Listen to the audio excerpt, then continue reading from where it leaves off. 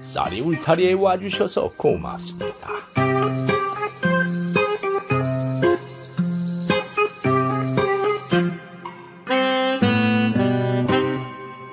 이번 이야기는 백정의 아내가 된 아씨에 대한 이야기입니다. 조선시대 백정은 제일 천한 직업인데 양갓집 아씨가 어떻게 해서 백정의 아내가 되었을까요? 그 사연 이야기 시작하겠습니다. 옛날 어느 고을에서 떨어진 윗단 집에서 어떤 백정이 13살 먹은 아들과 살았습니다. 아들의 이름은 박춘쇠였습니다. 그런데 춘쇠는 시간이 날 때마다 땅에다가 막대기로 글씨를 쓰고 읽는 것을 좋아하는 것이었습니다. 자왈, 여기 한자가 이거니까. 춘쇠는 고을에 있는 서당에 가끔 심부름을 갔는데 훈장이 학동들을 가르치는 것을 엿보고는 했습니다. 헌데 춘쇠는 그것을 외우고 알아들어 집에 와서 글 쓰는 연습을 하는 것이었습니다. 헤이, 저놈이 또 저 짓을 하네. 야, 이놈아, 우리 같은 천한 백정은 아무리 공부를 해도 과거 시험을 칠 수가 없어. 그래서 평생 천하게 살 수밖에 없는데 웬 글 쓰는 짓거리를 하는 게야? 하지만 아버지, 저는 글 쓰는 게 재미있단 말이에요.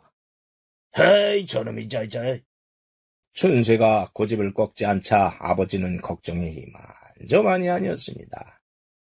그러던 어느 날 서당에서 이것저것 허드렛 일을 할 사람이 며칠 동안 필요하다고 연락이 와서 아버지는 춘쇠를 보냈습니다. 춘쇠는 서당에서 일을 하는 틈틈이 학동들이 글 공부하는 것을 엿보고 시간이 한가해지면 마당에다 글을 쓰며 익히고는 했습니다. 자왈, 여기 한자가 이거니까. 이거다. 그런데 훈장에게는 외동딸 수연낭자가 있었습니다. 수연낭자도 춘쇠와 비슷한 나이였지요. 수연낭자는 지나가다가 춘쇠가 천자문에 글을 읽고 쓰는 것을 보고 놀랐습니다. 아니, 너는 백정인데 어찌 글을 아느냐? 이 서당에 올 때마다 학동들이 글 공부하는 것을 엿보고 따라한 것입니다. 그 말에 수연낭자는 깜짝 놀랐습니다. 엿보고 따라하는 것으로는 글의 수준이 너무 높았던 것입니다. 그래. 그러면 내가 천자문 중에서 하나 묻겠다. 여모정렬 남효재량이라는 말이 있는데 그 뜻을 아느냐? 그러자 춘쇠는 막대기로 땅바닥에 글을 쓴 뒤 이렇게 말했습니다.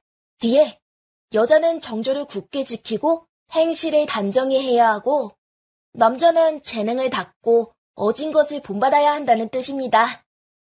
수연은 춘쇠의 탁월한 해석과 뛰어난 글씨에 놀라며 감탄했습니다. 와, 정말 대단하구나. 수연낭자는 춘쇠에게 관심이 갔고 그 후 둘은 시간이 날 때마다 뒷곁에서 글짓기 겨루기도 하고 대화를 나누기도 했지요. 그렇게 날짜가 흐르자 수연은 춘쇠의 영특함이 안타까워 아버지인 훈장에게 가서 말했습니다. 아버님, 춘쇠는 백정리를 하고 살 사람이 아니에요. 춘쇠의 글재주가 너무 안타까워요. 허드렛 일은 그만 시키고 글을 가르쳐주세요.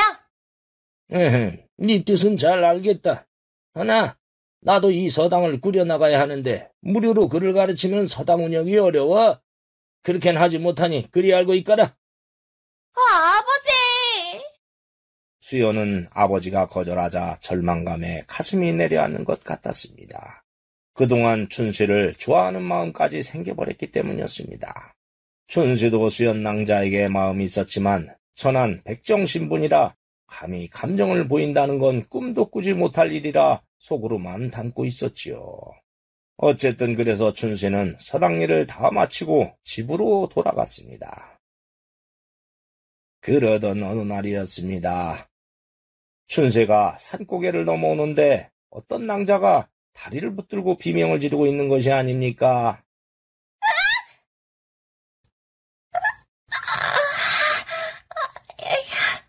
춘쇠는 낭자에게 달려갔지요. 아니, 아씨, 왜 그러십니까? 산적들에게 쫓겨 도망치다가 넘어져서 다리를 폈네. 아파. 야, 그 처녀 어디 갔냐? 빨리 찾아! 저쪽에 있는 것 같다! 아이씨, 산적들이 오고 있습니다. 빨리 제 등에 업히세요. 낭자는 처음 보는 소년의 등에 업히는 게 쑥스러웠지만 할 수 없이 업혔고 춘새는 낭자를 업고 달려서 집으로 왔습니다. 집에 온 춘새는 서당에서 엿본 의학서적을 기억해서 긴급 처방으로 낭자의 다리를 치료해 주었습니다. 낭자의 이름은 김은주였고 은주는 영의정 대감의 외동딸이었습니다. 고맙네. 근데 그 치료는 무슨 방법인가? 감자와 생강 찌은 것을 쌀가루와 반죽해서 다리에 붙이면 다리 삔 데에는 특효입니다. 저도 가끔 이 방법을 써서 효험을 봤거든요. 조금 있으면 나을 거예요. 춘새는 그러면서 반죽을 발목에 대고 호박잎으로 감싼 다음 칡넝쿨로 묶었습니다. 그것을 본 은주 낭자는 신기해서 말했습니다. 근데 이 집을 보니 백정리라 하는 집 같은데? 맞습니다. 저희 아버지는 백정이고 소인도 백정입니다. 의사를 읽지 않으면 이런 처방은 알기 쉽지 않은데 백정이 어찌 이런 처방을 알고 있느냐? 소인이 가끔 서당에 허드렛 일을 하러 갑니다요. 그때마다 학동들이 글 공부하는 것을 엿보고 글을 익혔고 수업이 끝나고 공부방이 비면 들어가서 훈장님이 읽던 의서도 틈틈이 봤습니다. 그래서 알게 됐습니다. 낭자는 춘새의 영특함과 글 공부를 하려는 노력에 깜짝 놀라며 감동했습니다. 근데 아씨는 어쩌다가 다리를 다치게 되었는지요? 나는 한양에 살고 있는데 하인들을 데리고 폐물이 든 선물과 함께 외갓집으로 가던 중이었다네. 헌데 갑자기 산속에서 산적들이 무기를 들고 나타나 공격을 해오지 않는가. 그래서 모두들 흩어져서 정신없이 도망쳤지. 그러다가 다리를 삔 것이네. 소인이 늦었으면 큰일 날 뻔했습니다요. 자네를 만나 이렇게 목숨을 건졌으니 다행이네. 고맙네. 그리고 시간이 흘러 은주의 다리가 좋아지자 호기심이 생긴 은주는 춘새에게 글짓기 내기를 제의했고 춘새도 동의했습니다. 둘이 글짓기를 하는데 마치 용호상박이라 은주는 그만 춘새의 글 수준에 감탄하고 말았지요.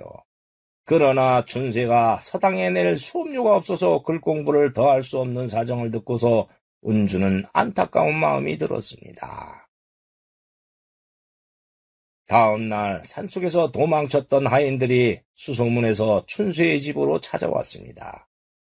그리고 다행히 하인 중 한 명이 폐물을 들고 도망쳐서 폐물은 찾았지요. 헌데 은주가 떠나기 전 그 폐물을 춘새의 아비에게 주며 춘새의 수업료로 쓰라는 것이었습니다. 이 정도 폐물이면 춘새의 평생 수업료는 될 걸세. 잘 가르치게. 뜻밖의 물건을 받은 춘새의 아버지는 놀라며 감동했습니다.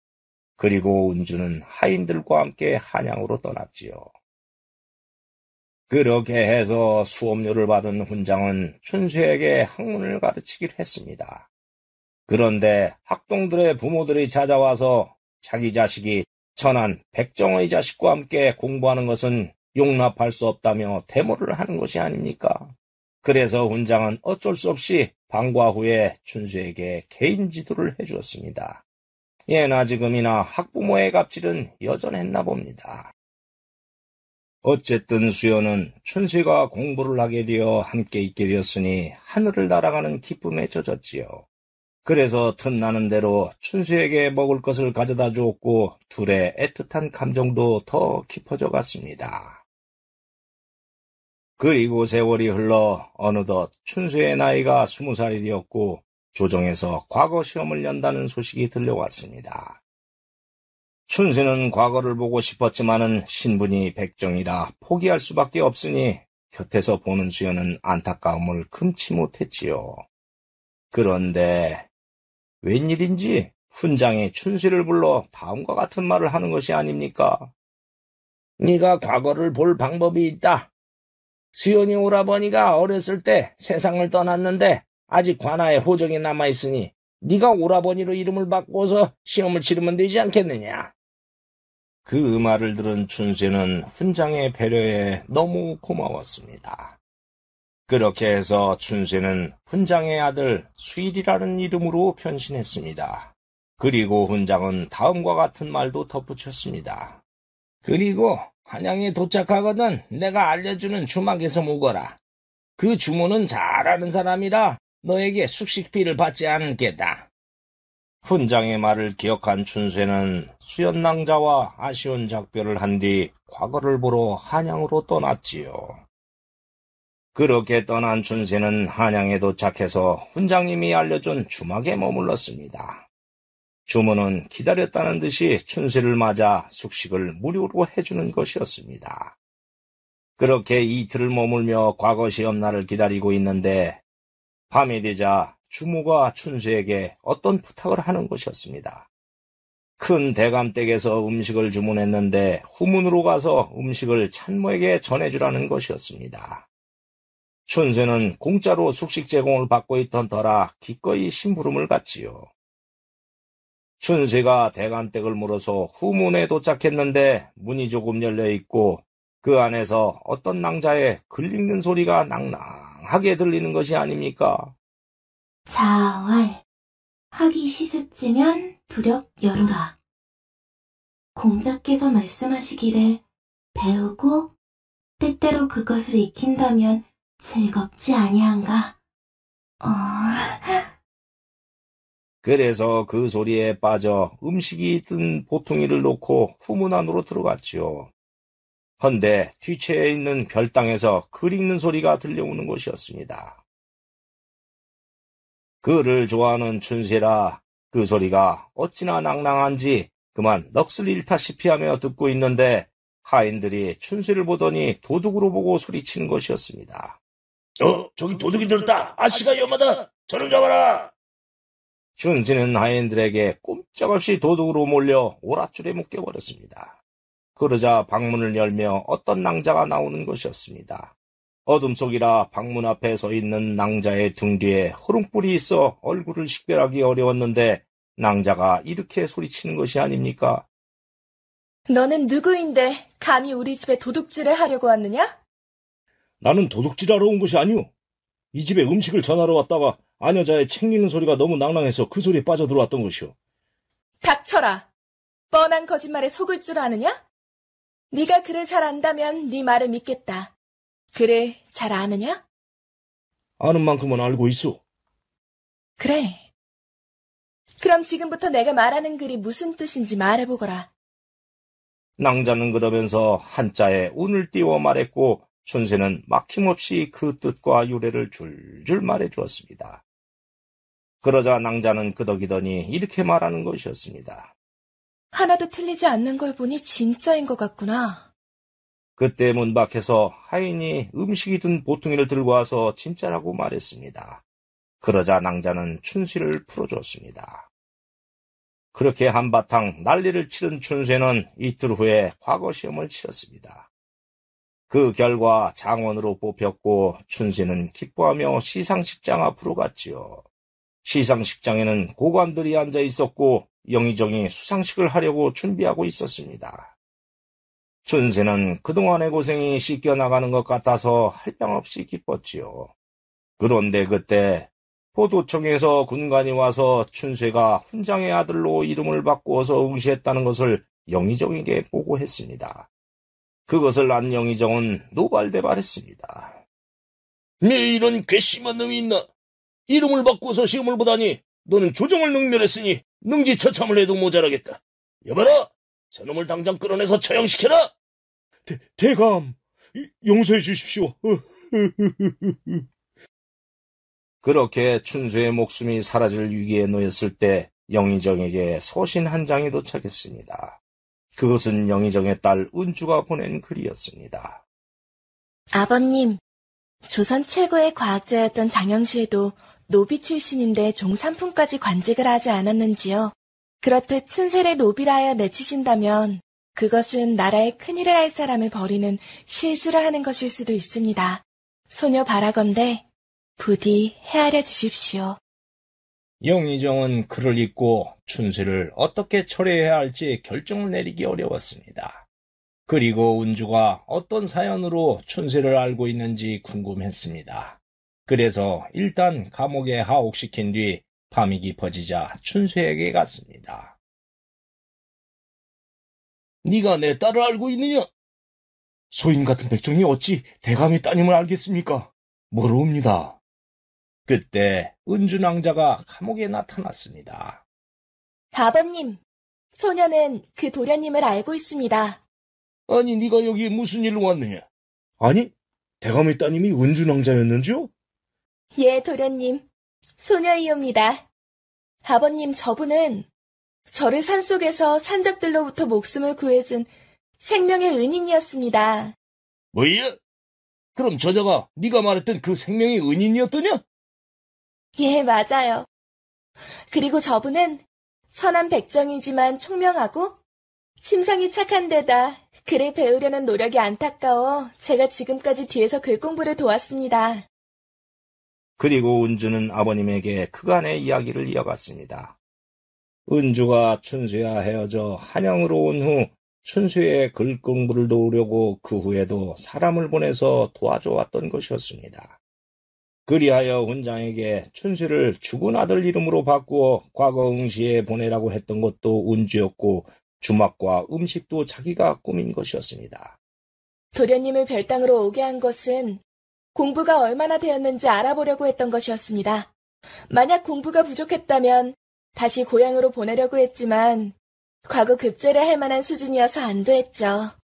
그래서 뒷마당에서 춘수의 글 능력을 테스트해보고 과거 급제를 할 실력까지 되었다는 것을 확인한 후 안도해서 보냈던 것이었습니다. 아씨, 정말 고맙습니다. 이 은공을 어찌 갚아야 할지. 영의정은 은주로부터 모든 이야기를 듣고 춘수에 대해 모든 것을 알게 되자 다음 날 춘수를 석방하고 과거 급제를 수여했습니다. 그리고 주상전하께 상소하여 춘수의 신분도 면천해 주었지요. 춘수는 영의정이 고마워서 다음 날 영의정이 집으로 갔습니다. 아씨, 그동안의 모든 것이 아씨의 도움이었다니 이 은혜를 무엇으로 갚아야 할지 모르겠습니다. 정말 고맙습니다. 아닙니다. 그때 도련님이 저를 구해주지 않았다면 아마도 저는 산적들에게 잡혀 목숨을 잃었을 거예요. 은혜는 제가 갚아야죠. 이보게, 이렇게 된 거 은주와 혼례를 올리는 것이 어떤가? 네, 벌써 은주가 자네를 연모하는 마음이 있다는 것을 읽었네. 나는 아들이 없으니 자네가 내 사위가 되면은 나는 든든한 아들이 생기는 것과 같네. 어떤가? 대감, 감사합니다만 소인에게는 사랑하는 처녀가 있습니다. 춘세는 수연과의 관계를 말했고 그 말에 은주는 땅이 꺼지는 듯 했습니다. 영의정도 마찬가지였지요. 그러나 잠시 후 영의정은 춘세가 출세를 할 수 있는 기회를 버리고 약조한 사랑을 선택한 의리와 심성에 더 탐복하고 이해를 했습니다. 은주낭자도 어쩔 수 없이 포기하며 행복하게 살라고 빌어주었지요. 그렇게 해서 춘세는 고향으로 금이환양에서 아버지와 훈장 그리고 수연낭자에게 인사를 했습니다. 그렇게 온 고을이 잔치를 벌였지요. 도련님. 아씨.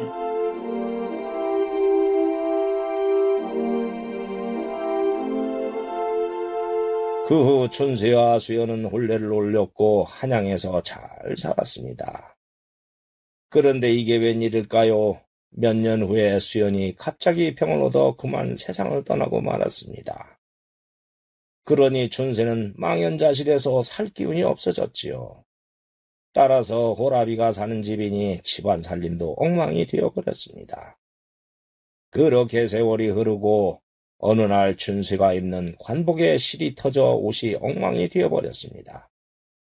그러자 찬모가 바느질을 잘하는 안악에게 맡긴 다음 이틀 후에 찾아왔습니다. 헌데 안악이 춘수에게 새 관복과 신발을 주며 이렇게 말을 하는 것이 아닙니까? 나리! 글쎄, 옷을 찾으러 안악에게 갔더니 어떤 낭자가 와서 새 관복과 신발, 속옷들을 주며 잡모가 오거든 그것으로 주라고 한 뒤 갔다는 거예요. 그래서 이렇게 갖고 왔습니다요. 예? 낭자가요? 놀란 춘세는 그 낭자가 누군지 참으로 궁금해졌습니다. 그래서 수소문을 해보니 바로 은주낭자라는 걸 알게 되었습니다. 춘세는 깜짝 놀라 은주를 찾아갔지요. 아씨가 사무관대와 옷들을 보냈다는 말을 듣고 이렇게 인사를 드리러 왔습니다.